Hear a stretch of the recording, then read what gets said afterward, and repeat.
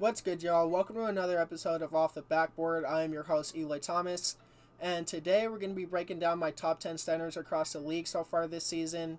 This, of course, being my final list across my top 10s. I've already done all of the other positions, so if you haven't already, be sure to go and check those out. I'll have the link to all of them in the description down below. Now, before we get into this top 10, I'm going to get into some Ask OTB comments. Now, Ask OTB is something, of course, for me to interact with you guys a little bit more. Just simply drop a hashtag AskOTB in the comment section below with any sort of question, hot take, or anything like that, and there's a chance that it could be featured in one of these videos. Now, the question that we're going to be covering today comes from Royal on TikTok. He asked, James Harden or Russell Westbrook prime for prime? Now, this, of course, is one of those questions that just has no wrong answer, as these are two guys that put up two of the most insane primes that we've ever seen in NBA history. On one hand, you have Russell Westbrook, who put up 3 back-to-back triple-double seasons, another one with Washington. James Harden, who just had multiple 30-point seasons with the Rockets, close to triple-double averages, 8 and 8 across the board. And I'll definitely try not to be too biased, as you guys many know, Russell Westbrook is my favorite player of all time. The Thunder are my favorite team, has been since I started watching basketball. They're the reason why I started watching basketball. But let's get started on it. So Russell Westbrook, like I mentioned, back-to-back triple-double seasons. First player to do that since Oscar Robinson, who only did it one time. He did it 3 consecutive times. Went over to the Rockets, as we all know, teamed up with James Harden, had a pretty successful season over there. But then proceeded to go over to Washington, where he would have one of his most underrated seasons of all time, in my opinion, where he would average another triple-double. Started off the season kind of rough with them on the win side of things, but really picked it up and dragged that team into the playoffs alongside Bradley Beal. Now, I know that Westbrook had some amazing seasons with the Thunder before the triple-double stretch, but in my opinion, I'm just going to consider that 5-season span to be his prime. Now, of course, Westbrook in his prime, we all know as an MVP, multiple All-Star appearances, multiple All-NBA first-team appearances. Just an extremely historic stretch for him and the NBA, something that we will probably never see again. But then on the flip side, you have James Harden, who in his prime was one of the, if not the greatest scorer that we've ever seen in the history of the NBA. Increased his playmaking chops, multiple seasons up above 8 assists, 10 assists. And just a guy that will probably never see anyone score the ball like him again, right? 36 points per game, 34 points per game, brought home an MVP to Houston. Pushed the greatest team of all time to 7 games, and if it weren't for Chris Paul's hamstring, probably would have taken on the chip that season. I'm a firm believer that whoever won that series was going to go on to beat the Cavs in the finals. But if we're talking prime for prime, I'm going to have to take James Harden on this one. I know that Russell Westbrook is my boy, and he has one of the most insane primes that we've ever seen. But James Harden's prime had people already putting him as the 3rd greatest shooting guard above Dwayne Wade. And that's just insane to think about in hindsight. Now, if James Harden can win a chip with the Clippers this year, as the Clippers have been dominant, and James Harden can add that to his resume, I really think that he could be in the conversation for 3rd greatest shooting guard of all time. And of course, a lot of that is on the back of the statistics that he had put up in his prime. Just one of the most insane scorers that we've ever seen play basketball. So again, my consensus on it, prime for prime, James Harden, Russell Westbrook, I'm going to have to take the beard on this one. And as always, before we get into our top 10, we're going to have a few honorable mentions. Guys that were just really close to making the list but just didn't quite make the cut. Up first, we're going to have Nick Claxton out in Brooklyn, who's having a really solid season for them. Just really developed into a really solid rim-running, shot-blocking big out them for there in Brooklyn. You have Brook Lopez of the Milwaukee Bucks, just the only thing holding that defense together right now. Just one of their biggest pieces on defense besides Giannis himself. And this last guy was definitely the closest to making the list, and that's going to be Jared Allen out in Cleveland, who's having a really solid season for them of about 15 points and 10 rebounds. Just one of the highlights of that front court of him and Evan Mobley. We all know that front court is going to be successful in the regular season, just 2 defensive powerhouses. But the big question for them, of course, is that going to be successful in the postseason, where they really got exposed this last year? That's, of course, for another video, another day. But without further ado, let's get right into the top 10. And starting off the list for us, we're going to have Miles. I don't play with Legos, I build Legos. Turner.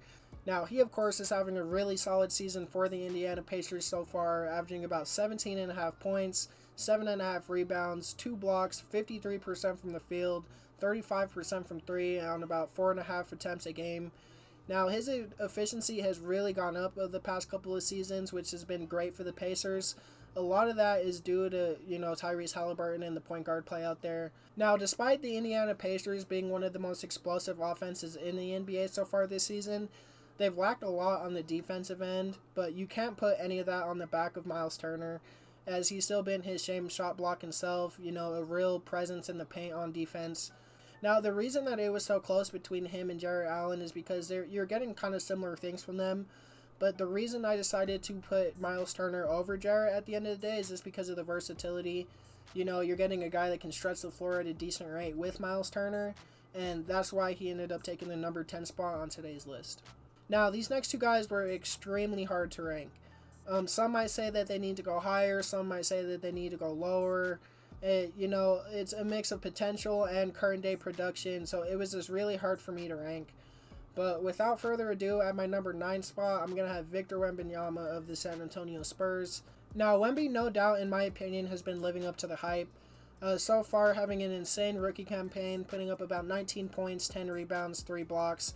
In his last 5 games, has been putting up an insane stat line of about 25 points a game, 9 rebounds, 4.5 blocks. But we're really not going to see this guy's full potential until we get him a damn point guard. Jeremy Sohan is not a point guard. I like Trey Jones, but he's not the level of point guard that you need to have with a guy like Wemby. Like I had mentioned before, Wemby is definitely living up to the hype, and that is a generational prospect. And if you have a generational big man like him, you can't be rolling out Jeremy Sohan and Trey Jones at point guard. It's just not going to work. This guy is must-see TV every night, and there's just too many easy opportunities that are missed because they're just not getting him the ball. Now, he is pretty low on the list today, sitting at the number 9 spot. But like I mentioned before, he's someone that has unlimited potential, generational prospect. So there's no doubt in my mind that give it 4 or 5 years, he'll be number 1 on this list. But as of today, he ranks at the number 9 spot. And up next at our number 8 spot, we're going to have my rookie of the year so far, Chet Holmgren, who is just having an amazing rookie season, putting up about 17.5 points, 7.5 rebounds, 2.5 blocks on 53% from the field and 38% from the three-point line. So it's just a rare combination of efficiency and basketball IQ that you see from a rookie. It's kind of crazy to think about that the Thunder didn't make any sort of major offseason moves, and they went from a play-in team to now the 3rd seed in the West just off the back of Chet Holmgren. Now, I know that Shai's having an MVP quality season. J-Dub has really turned up his play as well. Just the team as a whole has improved a lot. But just slotting in Chet into that role and now they're a set playoff team is kind of insane to think about.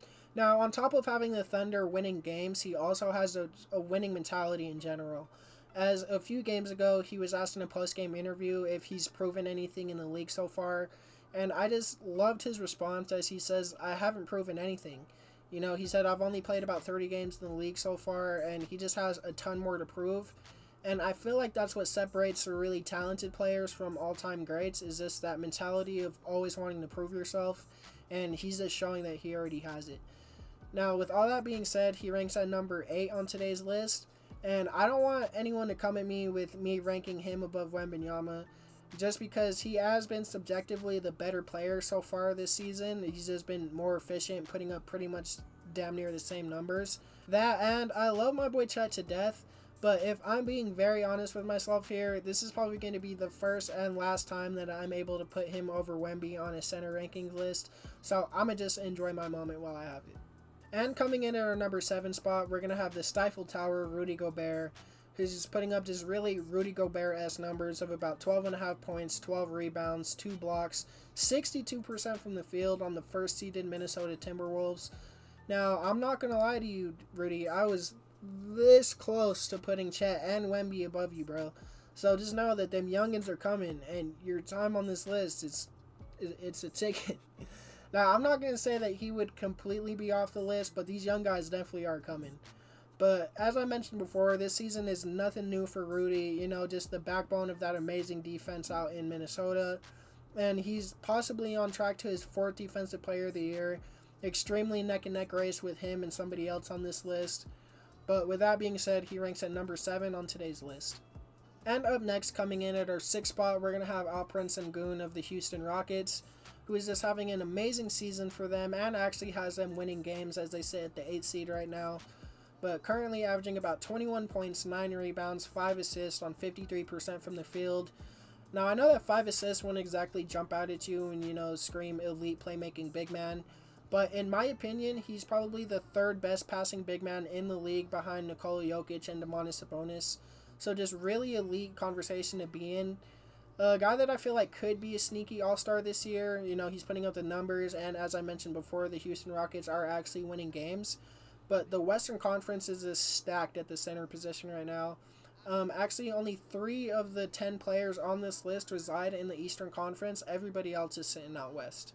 But even with all of the talent out west at the center position this year, I would not be surprised at all if this guy makes an all-star appearance. And that's due just to the caliber of season he's having, how talented he is, and not to mention this guy is only 21 years old. So give it a few years, and the top 3 fight for the center position is going to be a dogfight. You have guys like Joel Embiid, Nikola Jokic, Victor Wembanyama, Chet Holmgren, Sengun. So this position is just in very good hands for the future, and a big part of that is because of Sengun. But as of today, he ranks at number 6 on today's list. Before we get into our top 5, I just want to leave a reminder to like, subscribe, comment, all that good stuff. I'm really appreciative of all the support I've been seeing on the videos so far, and I have nothing planned but to continue to go hard for the rest of 2024. So if you want to be along for that journey, don't forget to subscribe. And without further ado, let's get right into the top 5. And getting started with our top 5, at our 5 spot, we're going to have Bam Adebayo of the Miami Heat, who so far is putting up great stats of about 22 points, 10 rebounds, 4 assists, a steal, and a block on about 50% from the field. Now, I'm not going to lie to you, Bam. I love your game, bro, but I was this close to putting Sengun ahead of you. I just can't deny the defensive presence. A guy that's been in the running for Defensive Player of the Year for the past few years. Now, I feel like the Defensive Player of the Year race is pretty cut and dry this year with Rudy Gobert and Anthony Davis, but still can't deny the defensive presence that he has. Just, another solid season for him and the Miami Heat, who are currently sitting at the 8th seed right now. And he, of course, has the luxury of playing in the Eastern Conference, so he'll no doubt be an all-star this year. But as of today, he ranks at the number 5 spot on today's list. Now, getting into our top 4 is where we really start getting into the elite of the elite big men. All of these next 4 guys you can argue are top 20 players across the entire league. All 4 of them dominate in extremely different ways, and it's extremely difficult to crack this top 4. And without further ado, at our number 4 spot, we're going to have Domantas Sabonis of the Sacramento Kings, who so far in the season is putting up video game-like numbers of 19 points, 13 rebounds, 7.5 assists, 59% from the field, and 37% from 3. And in his last 10 games has just had an insane stretch that look like MVP type numbers. Domantas Sabonis' last 10 games I just feel haven't been getting talked about enough. In this stretch, he's averaging 23 points, 15 rebounds, 9 assists on 63% from the field. This includes 2 20-rebound games, back-to-back triple-doubles, and in a 2 overtime win against the Orlando Magic, he ended up finishing with 22 points, 23 rebounds, and 12 assists. Now, like I mentioned, that was in a double overtime, so he had 10 extra minutes of game time to play with. But still, a 20-20 triple-double is absolutely insane. Domantas Sabonis is just one of those guys that you get a little bit of everything from, and he's the perfect co-star to De'Aaron Fox, and it shows in the success that they're having on the Sacramento Kings. And with that being said, he lands at number 4 on today's list. And coming in at our number 3 spot, we're going to have Anthony Davis of the Los Angeles Lakers, who has just been having a dominant stretch over his last 12 games, putting up about 30 points, 12 rebounds, 2.5 blocks on 58% from the field. Now, AD is a guy who we all thought was going to be a multiple-time DPOY by this point of his career, but he's really in contention this year. It's a neck-and-neck race between him and Rudy Gobert. As of right now, Anthony Davis is the favorite to win the Defensive Player of the Year, but I feel like that could definitely change if the Lakers keep struggling the way that they have. As I record this video, they're currently the 10th seed, so just barely in the play-in, and only have a 12% chance of locking in, a 6 seed or above solidified chance in the playoffs. So it's really scary for him and the Los Angeles Lakers. And that kind of gets me into my next point of if you guys think Anthony Davis is a number one option on a championship team. Now, I know that they had that bubble run in 2020 where they ended up taking home the championship, but I feel like a lot of that was on the back of LeBron. Now, don't get me wrong, Anthony Davis was a huge part of that championship run, and they wouldn't have, won the chip without him. But I feel like the primary difference there is that they wouldn't have won the chip without Anthony Davis, but they probably wouldn't have been in the finals without LeBron James.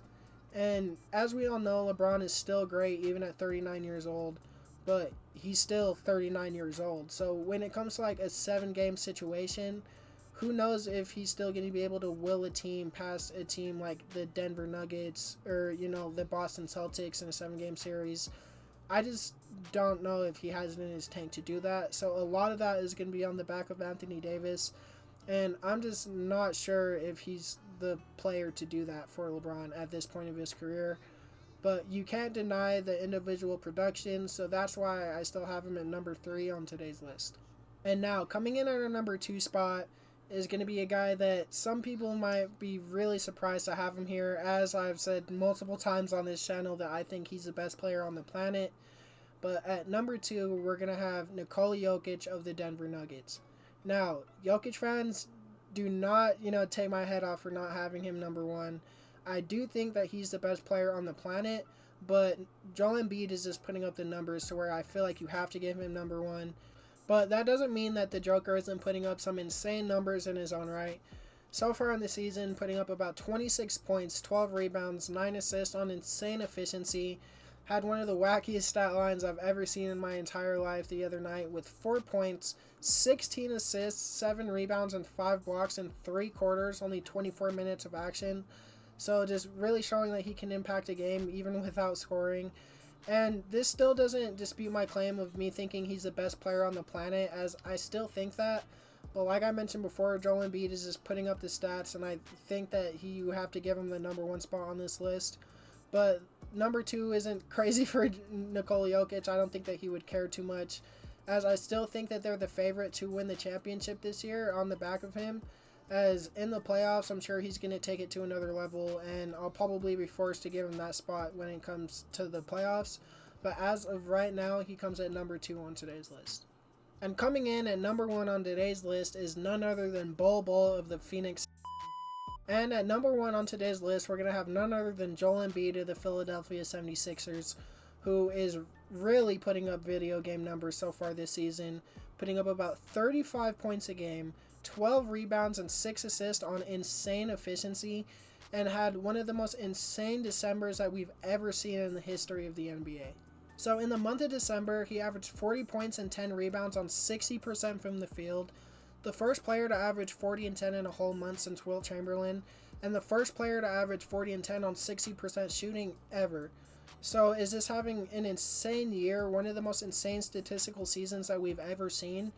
But the big gripe for him right now is that he's currently not statistically eligible to be on track for an MVP, as they put the new rule in effect this year that you have to play at least, I believe it's 65 games to be eligible for any of the big awards or anything like that. I can't remember off the top of my head how many games he has to play to finish out the season in order to be eligible, but it's a good chunk of his game. So let's hope that he can, get on track and start playing more games. Because in my opinion, he's a guy that really deserves the MVP this year. I know that there was, some back and forth last year on if he really deserved it. There's some people that still don't think that he deserved it. But this year, if he can keep putting up the stats that he's doing, if the Sixers can keep winning like they are, as they're currently sitting at the 2nd seed, this is his MVP to lose. And that is going to do it for me, y'all. I just want to say thank you so much for watching if you've made it this far. I've really enjoyed making these top 10, so if you enjoyed watching it half as much as I enjoyed making it, be sure to leave a like and subscribe. Comment hashtag AskOTB with any sort of question, hot take for a chance to be featured in one of these videos. I'm going to have the link to all of my other top 10s in the description down below, so if you enjoyed this one, be sure to go and check those ones out. I have another video coming out on who are real contenders this Wednesday, so be on the lookout for that, as well as another drop coming on Sunday. Thank you so much for watching again. I'm about to get out of here. Peace.